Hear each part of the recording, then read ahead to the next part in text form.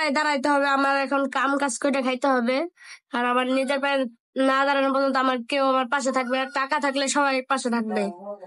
আনন্দবাজারবাসীর উদ্দেশ্যে একটা কথাই বলতে চাই, যারা জামিরকে নিয়ে অস্বস্তিকর যন্ত্রণা মনে করতেন তারা এখন বুঝতে পারবেন যে আনন্দবাজার কি জানি নাই এরকম মনে হবে।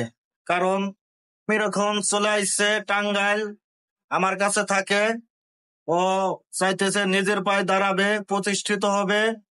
এটাই নাকি কিছু তুমি বলবা? আমি কিছু বলবো না, আপনি বলেন। আমার কারণ নিজের পায়ে দাঁড়াইতে হবে, আমার এখন কাম কাজ করে খাইতে হবে।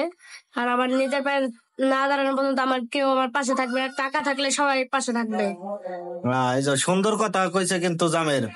সবাই জামিরের জন্য দোয়া করবেন, জামির জানি নিজের পায়ে দাঁড়াইতে পারে আর টাকা পয়সার মালিক হইতে পারে।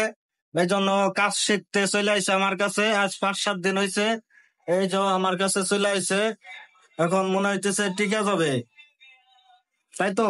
হ্যাঁ, তুমি ঠিক। কারো উদ্দেশ্য কিছু তো বলবা, কারো কথা মনে পড়ে?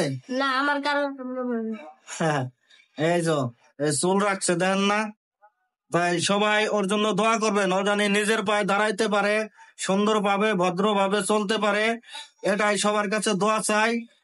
আর ও জানি কাজ কাম শিখতে পারে, দুষ্টুমি না করে। আর আনন্দবাজারের বাসী সবাই ওর জন্য দোয়া করবেন। ও আপনাদেরকে জ্বালাইতো, এখন চলে আইছে, ও সুন্দরভাবে এখানে থাকবে, কাজ কাম করবে, তাই তো? হ্যাঁ, ঠিক। হ্যাঁ, ওর জন্য সবাই দোয়া করবেন।